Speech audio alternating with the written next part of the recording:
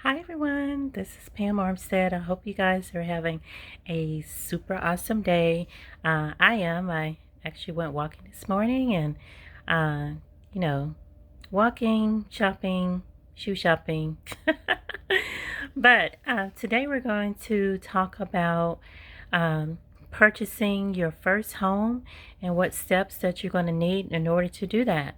So, the very first step that you're going to do is to make sure that you have your foundations in place, and that would consist of making sure that you have some money saved, making sure that you have some life insurance in place, because those things are important when you're purchasing a home.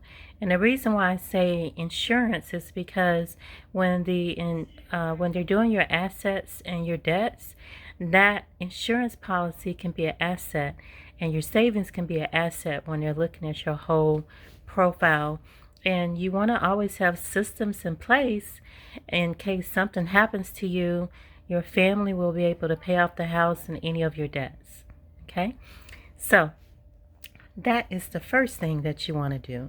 Now, the second thing that you want to do is probably reach out to a local real estate broker or your lender, and you can either go, through a bank, but I highly, highly recommend that you go to the local person that's in your area in order to get qualified for a loan, because they know usually the rules and the regulations of that state.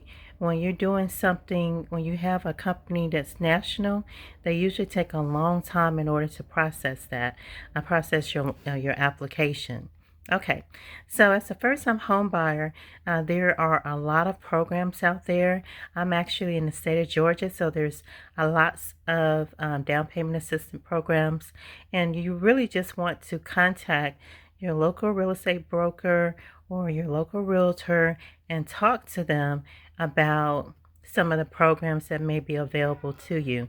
So what does that consist of? Anytime that you have down payment assistance, what happens is that your interest rate is usually higher. So I want you to keep that in mind. And the reason why it's higher because when you don't have your own down payment, you really haven't put any risk in. Okay, so they're going to charge you a higher interest rate in order to cover that risk. Okay, so so if you want to put your own down payment, just keep in mind that you usually have a lower interest rate. But make sure that when you're choosing your lender, that you're shopping around and comparing apples with apples. See how much they're charging you for your interest rate.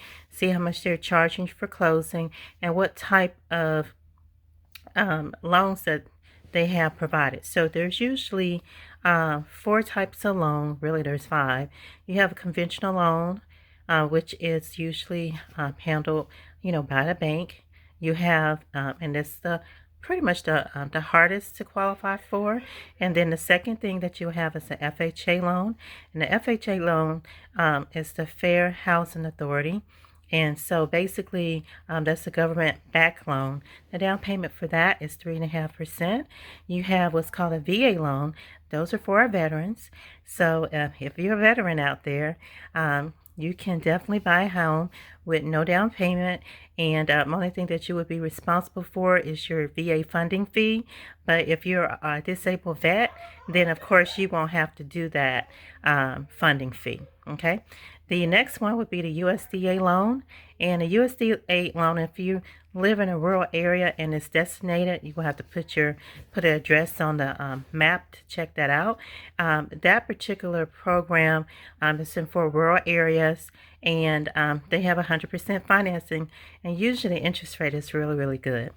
So those are some of the loans that you can qualify for. And if you need any help, you can always reach out to me. My name is Pam Armstead from Atlanta, Georgia, and I'm a real estate broker here, and I would love to assist you. Thank you so much. You have a great day. Bye.